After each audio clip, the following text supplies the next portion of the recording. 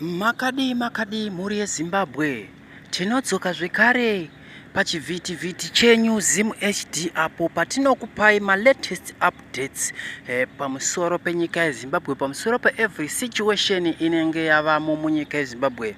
Naizvozvo nyaya yandauya nayo inyaya inokatyamadza kana kuti nyaya inoshamisa munyika yeZimbabwe, muchitika mashura kana minhana yakadai so nyaya according to our source, nyaya iri kutaura kuti military muZimbabwe divided mushure mekunge vasanyatwe vataura kuti ZANU-PF ichatonga kusvika madhongi ava nenyanga. Izvo zvino zvisina kufadza vakawanda vamwe vakuru muhurumende kana mumasoja vatisingazodome nemazita pano padande mutande, nekuti zvinhu zvinenge zvakutoita sekunge zviri sensitive zviri sensitive kubasa ravo.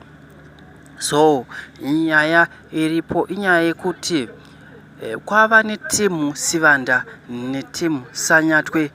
So nyaya ndiri kuzama kutsanangura inyaya iri kutaura kuti timu Sivanda itimu yakazvimirira iri kudawo change, koita timu Sanyatwe itimu iri kumagenerals vamwe vari kubenefita nemusangano vari kuva neudzvinyiriri kana kuti avo vakapiwa mafamu nguva yaMugabe vari kuda kuti vasatorerwe mafamu iwayo, vakawana zvemudhikinyira, vakawana zvecorruption mukati. Naizvozvo ndivo vanhu vari kuda kusimbisa kuti parambe pachitongwa neZANU-PF pachigaro, asi basa ravo ndere kuchengetedza runyararo kwete kumutsa mhirizhonga munyika.